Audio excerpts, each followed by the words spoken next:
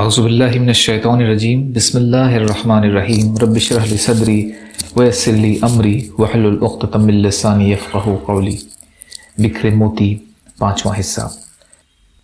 غموں سے نجات کا قرآنی اور نبوی نسخہ۔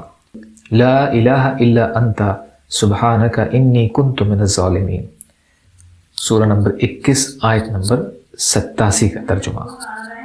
فضیلت۔ چوتھا، ابن جریر میں ہے کہ حضور صلی اللہ علیہ وسلم فرماتے ہیں کہ اللہ کا وہ نام جس سے وہ پکارا جائے تو قبول فرما لے، اور جو مانگا جائے وہ عطا فرمائے، وہ حضرت یونس علیہ السلام کی دعا میں ہے۔ پانچواں، حضرت اسد بن ابی وقاص رضی اللہ تعالی عنہ فرماتے ہیں، میں نے کہا یا رسول اللہ صلی اللہ علیہ وسلم، وہ دعا حضرت یونس علیہ السلام کے لیے ہی خاص تھی یا تمام مسلمانوں کے لیے عام، جو بھی وہ دعا کرے؟ آپ صلی اللہ علیہ وسلم نے فرمایا، تو کیا تو نے قرآن میں نہیں پڑھا کہ ہم نے اس کی دعا قبول فرمائی، اسے غم سے چھڑایا، اور اسی طرح ہم مومنوں کو چھڑاتے ہیں، بس جو بھی اس دعا کو کرے اسے اللہ کا قبولیت کا وعدہ ہو چکا ہے۔ چھٹا، ابن ابی حاتم میں ہے کہ کثیر بن سعید فرماتے ہیں، میں نے امام حسن بصری رحمۃ اللہ علیہ سے پوچھا کہ ابو سعید، اللہ کا وہ اسم اعظم کہ جب اس کے ساتھ اس سے دعا کی جائے اللہ تعالیٰ قبول فرما لے، اور جب اس کے ساتھ اس سے سوال کیا جائے تو عطا فرمائے گا؟ اس نے جواب دیا کہ برادر زادے، کیا تم نے قرآن کریم میں اللہ کا یہ فرمان نہیں پڑھا؟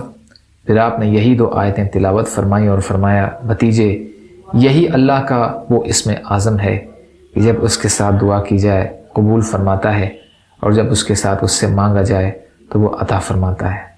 تفسیر ابن کثیر۔ ساتواں، حدیث شریف میں آیا ہے کہ جس مسلمان نے اپنی بیماری کی حالت میں 40 مرتبہ مذکورہ آیت کریمہ پڑھ لی تو اگر وہ اس بیماری میں وفات پا گیا تو 40 شہیدوں کا اجر پائے گا، اور اگر تندرست ہو گیا تو اس کے تمام گناہ بخش دیے جائیں گے۔ لا الہ الا انت سبحانک انی کنت من الظالمین۔ حسن حسین سے ہے۔